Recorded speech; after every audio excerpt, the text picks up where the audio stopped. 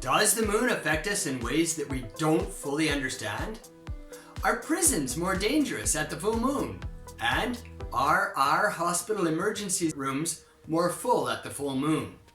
These observations have been largely dispelled as myths, but recently scientific research is showing a slightly different connection between humans and the moon.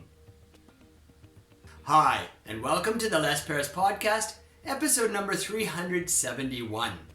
Today I want to talk about the moon, or more specifically, about our connection to the moon, or the moon's connection to us.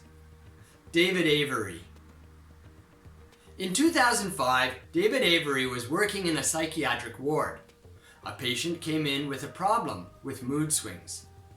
They were quite extreme mood swings from one mood to another. But the patient was an engineer and a problem solver. Because of this, he had been taking meticulous records of his moods so that he could better understand it. He shared his records with Avery, and Avery was surprised and impressed with the rhythmicity of his mood swings. Avery finally thought there might be a connection with the moon, but in the end he dismissed it because he couldn't find any mechanism to connect the moon cycles to the man. The man was given medicine and discharged. 12 years later, a famous psychiatrist called Thomas Ware wrote a paper about some patients with rapid cycling bipolar disorder. This is where people switch between depression and mania faster than normal. The surprising thing about all these patients was the crazy regularity of their episodes. Ware said that he was impressed because these rhythms seemed unlike biological rhythms and more similar to a physical rhythm because they were so precise. 2 cycles. Ware tracked the rhythms of his patient for years and years and collected a large amount of data.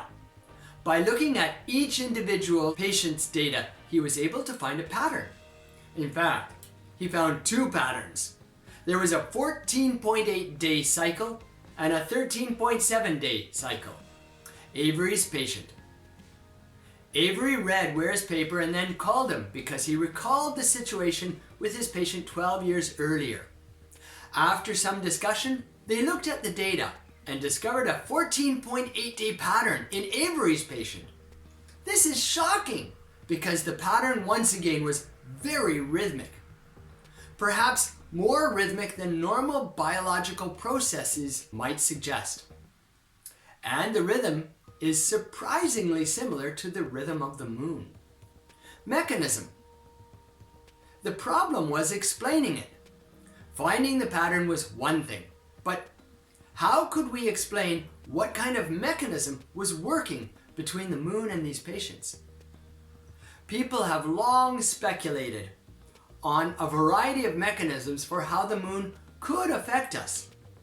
One of the most common mechanisms suggested was the moonlight itself.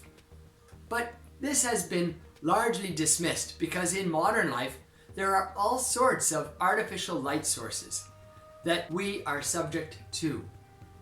If light was the stimulus or the mechanism, then it wouldn't be working anymore because of electric light. On the other hand, there might be something connecting us with the magnetic field of the moon. There is a molecule in animals called cryptochrome that may be functioning as a magnetic sensor. We don't know for certain that it functions as a magnetic center, but we do know that it has a connection with circadian rhythms in our bodies. Science has not yet found a conclusive explanation, but this is one of the possible mechanisms. Correlation. Whether the mechanism is found or not, the correlation has been found. There is a distinct correlation, and it seems higher than random chance. It's too early to say that the moon would affect all humans, but it's not too early to say that the moon may affect some humans.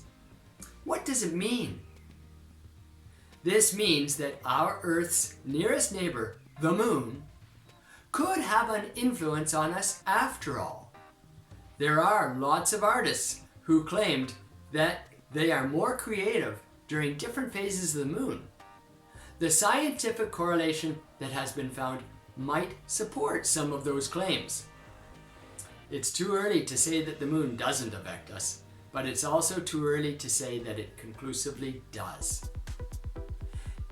If you're interested in other myths, you can listen to my podcast on old wives' tales.